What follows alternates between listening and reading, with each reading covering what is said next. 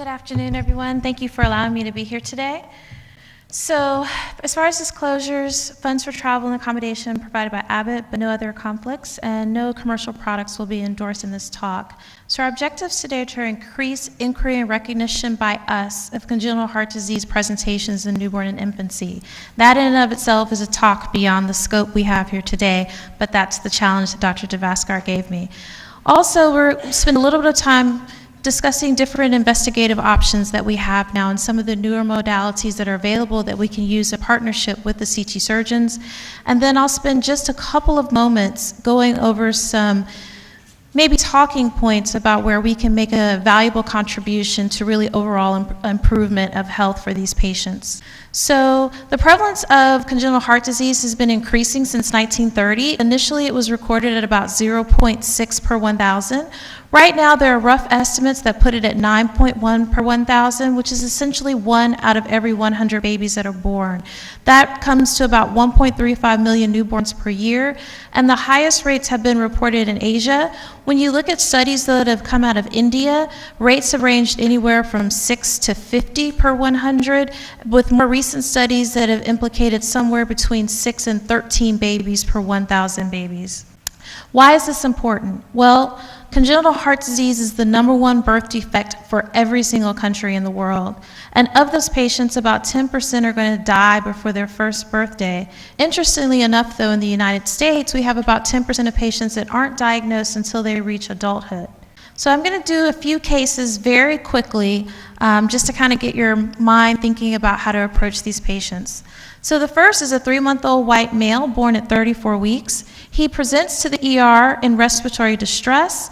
His initial vital signs show a respiratory rate of 80, O2 sats of 78%, a heart rate of 120, and he is described as lethargic. On his history of present illness, he was well at home until the distress developed. His parents took him to a local ER, and there they did an echo that demonstrated hypoplastic right ventricle and tricuspid valve that was also hypoplastic. Additional investigations showed calcification in the left lobe of the liver and a horseshoe kidney. At that point, they gave him some Lasix for presumed heart failure and transferred him to the ER where he's currently presented.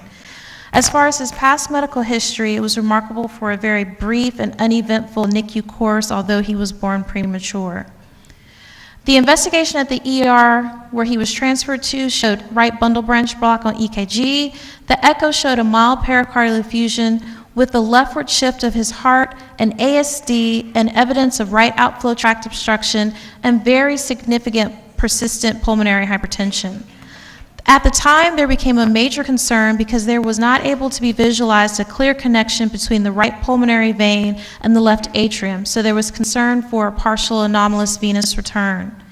This right here is an echo image. I'm not sure how well it projects, but there, where this arrow points, there appears to be this additional lucency that is affecting the heart on the 4-chamber view and displacing it to the left. At that point, they went back and repeated a chest X-ray in the new ER. So in addition to that AP view, there's a lateral view here, but more importantly, which hopefully will show up well for you, is there's actual bowel that is compressing the heart. So here what you have is not a congenital heart disease, but actual congenital diaphragmatic hernia.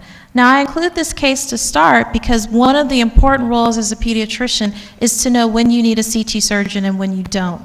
And here you had clear evidence of what appeared to be congenital heart disease that turned out not to be. Next case presentation. This is a 3-day-old male with persistently mild tachypnea who is otherwise comfortable in the nursery. The vital signs include a respiratory rate of 64, O2 sats of 90%, and a heart rate of 156. This baby was born full term via normal spontaneous vaginal delivery with APGARs of 9 and 9 and did not require any resuscitation. On exam, he has a systolic murmur that is not characterized further by the physician, though there is noted to be a single S2. A blood gas is obtained that shows a pH of 7.3, a PCO2 of 50, a PO2 of 45, a bicarb of 18, and a base deficit of -5.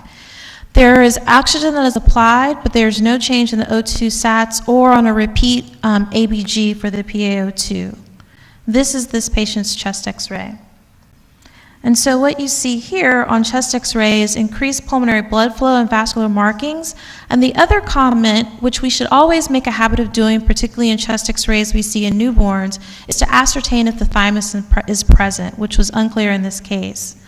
On the echo, it did show transposition of the great arteries with an ASD and a small VSD. Additional studies showed an ionized calcium of 0.9. So the cardiac diagnosis is transposition, which is actually the most common cyanotic congenital heart disease in the newborn period. It is more common in males and is often difficult to detect subtle signs of cyanosis. You can have a patient that is otherwise essentially comfortable that could be confused with TTN, who may only have very minimal cyanosis of nail beds or just perioral cyanosis.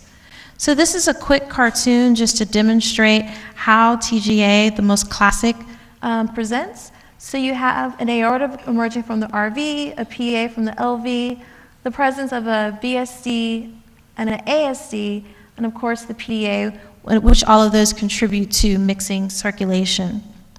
What's important to remember here, though, is that this is more than just cyanotic congenital heart disease.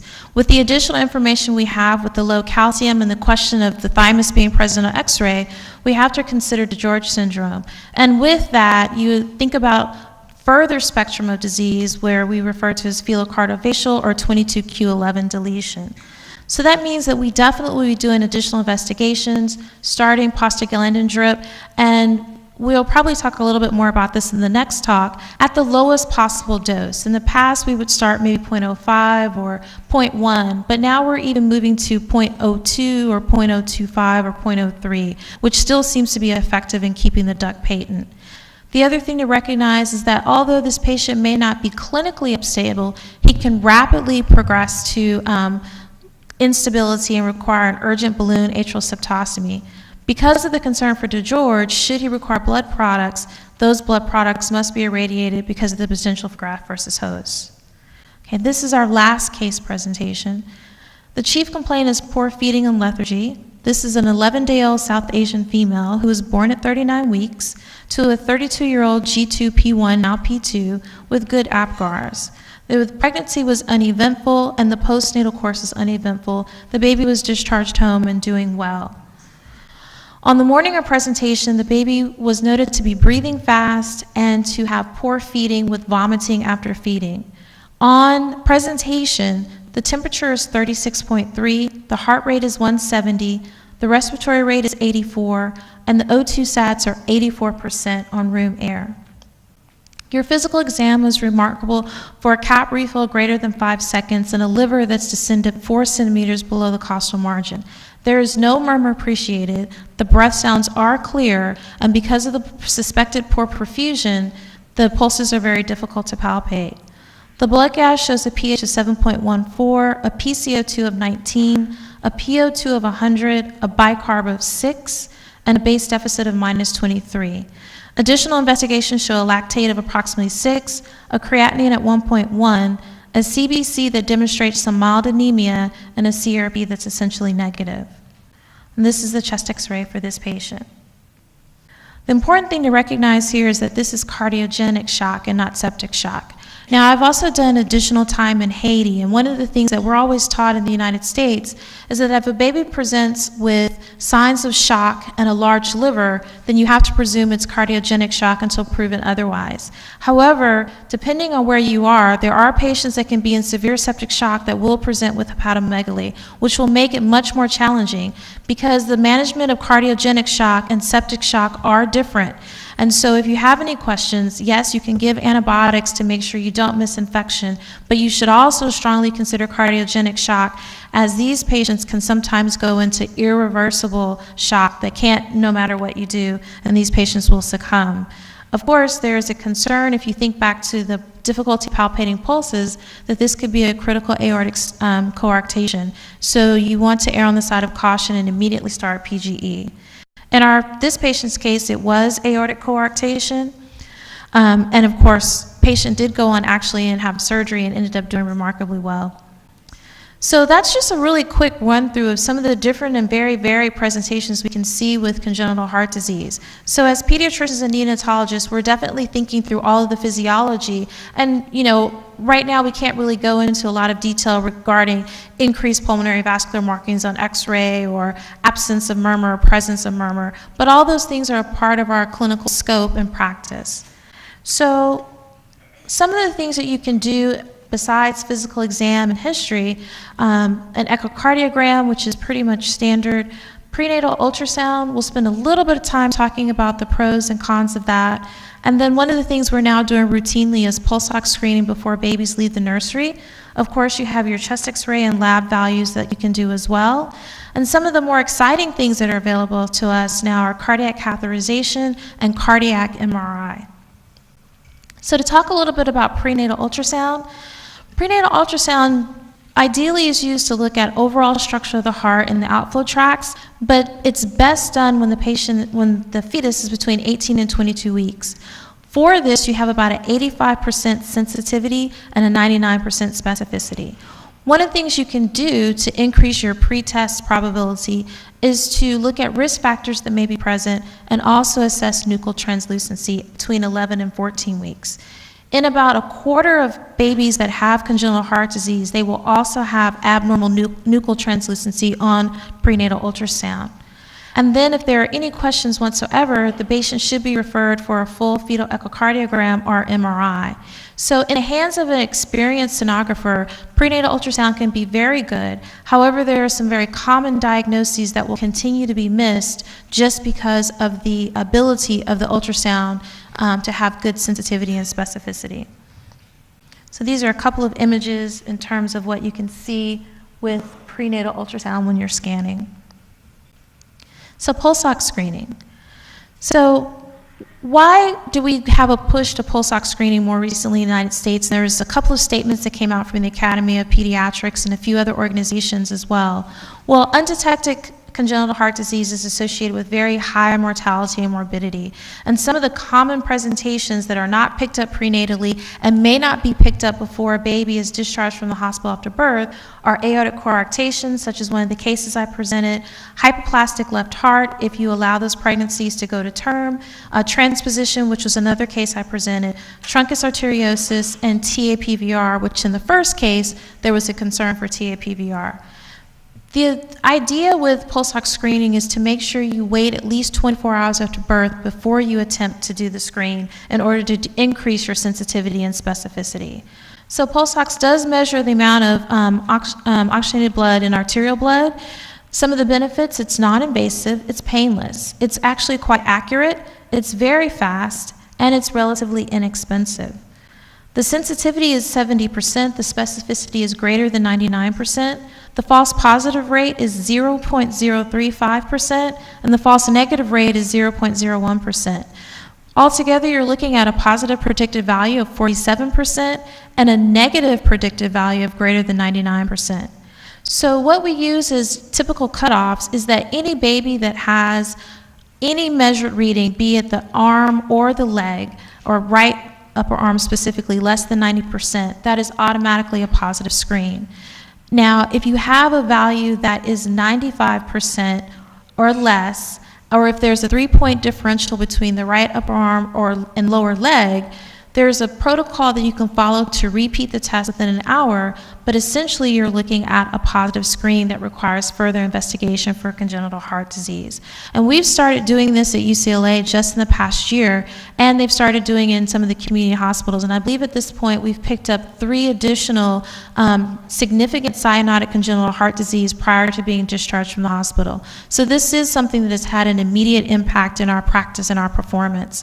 And in some cases you go, okay, this baby was satting 82%. How did anyone not see that this baby had a cyanotic appearance? So it is useful, particularly in a busy nursery where you're taking care of a lot of other babies. And this is something that nurses can be trained to do and simply give you the report. So one of the last things that I want to touch on that's actually very exciting is cardiac MRI. And there are a tremendous amount of advantages to using it. For one, there's no ionizing radiation. It is not invasive. There are no nephrotoxic contrast agents that you need to use, unlike when you perform angiography or CT. There's no arterial puncture, as when you're going for cardiac catheterization. And you're able to get anatomic information, actual flow information through your vessels, and physiologic information in real time. So I had the opportunity while at UCLA and kind of preparing for this talk to go down with some of the cardiac MRIs that are done. And you can literally just see in real time what is happening with the patient's heart, even whether you're scanning or not. It's very, very impressive. The other thing is that you can repeat these over time and see how things are changing based on surgeries that are performed, based on medications that are given, and this is all not necessarily the fastest test to do. MRIs do take some time and may require some sedation, but they are definitely very helpful to have when you're having those discussions with the cardiologists and the CT surgeons. In particular, we find very often that there are certain limitations to the echocardiogram when it comes to planning in particular surgeries and planning how to manage heart failure, that we gain additional very valuable information from the MRI. So how do we really apply this? Well, we assess the anatomy and structure, as I mentioned, and we look at specifically cardiac function. So we can tell you about the myocardial contractility, the ejection fraction, the output, and we can even look at specific areas of regional wall motion abnormalities. Another thing that is being used for, and something that we're recognizing more and more in the neonatal period, is that our patients have myocardial infarctions. They do have strokes, and that does increase their risk as you're thinking about going for palliation or other procedures. And so you can look at that and use that as a part of your planning and management of what a lot of times are very challenging patients. The other thing that's important is looking at valvular anatomy and function. And so this can be very tricky as well, doing this by echocardiogram, and it can have a very important part in determining dominance between two ventricles and planning next stage therapies. Lastly, you can look at the outflow and inflow, and that can be really important when you have pulmonary venous anomalies. Occasionally we'll have patients that will be picked up on, unfortunately, once they're in the OR or after they've gone on bypass, and maybe the way a surgery that the CT surgeon has planned has to be altered on those findings. And so whenever we have questions about anatomy or anomalies of our vasculature, the MRI really improves our ability to make appropriate planning. So in this case, this is a still picture, and we're looking at a 2.5 kilo infant that has coarctation and PDA. So this is a three-dimensional reconstruction where they use gadolinium as contrast.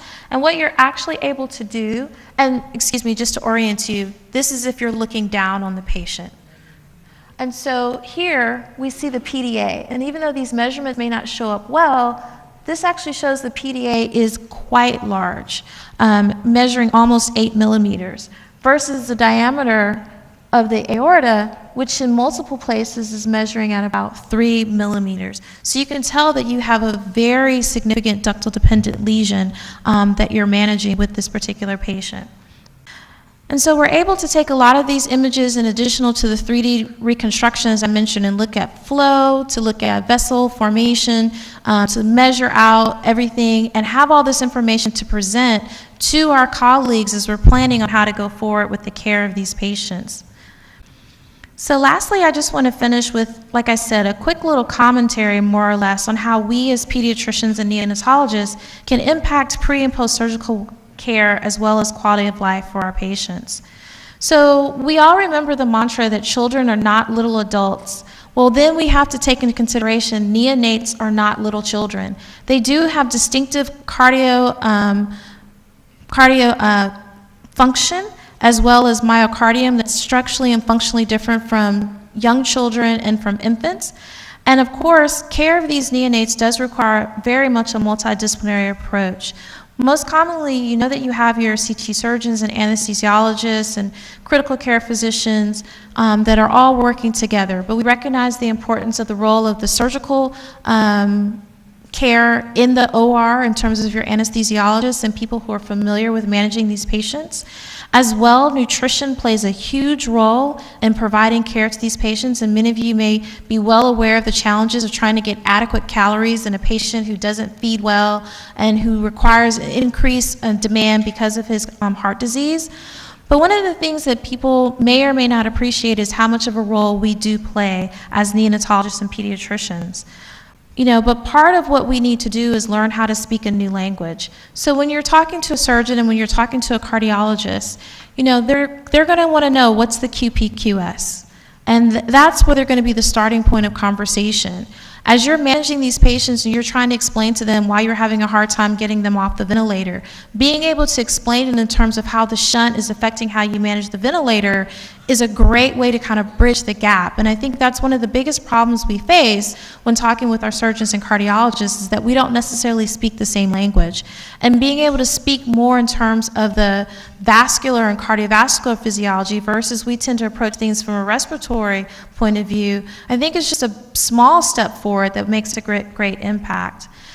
In that regards, we still are the overall physician. We consider the patient from head to toe, and we really have a very important role in terms of management of nutrition. For the most part, there's nutrition that needs to happen in the immediate post-op period that's relative to the surgery. And then there's nutrition that needs to happen to maximize optimal growth and outcome. And we have the experience, and we really need to impress that upon our colleagues that that's what we can bring to the table. The other thing is, for the most part, surgeons and cardiologists don't manage anything below the heart. So when you're talking about necrotizing enterocolitis, you're talking about something below the heart. And that's an important distinction. We see a lot of things that we recognize are feeding intolerance that are not NEC that can be managed so that we don't minimize the nutrition that these patients so desperately need. And then we can work with our colleagues when you're dealing with hypoplast left heart or other patients that have vascular compromise so that you can use the gut to get these patients better. Another big thing that there have been multiple studies and there are huge consensus statements that have come out in the past couple of years is to lessen the burden of poor neurodevelopmental outcomes. Our patients are surviving, but they're not necessarily surviving as intact as we would like them to be. Most of us have already seen what it's like for premature infants who have IVH or other issues that affect their outcomes, and we can take that collective experience and really revolutionize the care we provide to patients with CHD. So I think I'd like to just actually stop there and leave you with that challenge. I personally think these patients are a great group of patients to take care of. It's something I've taken a more active interest in, and we're working now to kind of change even how we train our fellows, because this is going to be a big part of what neonatology is going to be over the next 10 years. And I don't think it's something that should be completely surgical driven or something completely driven by the patient's cardiac diagnosis. It's a whole patient.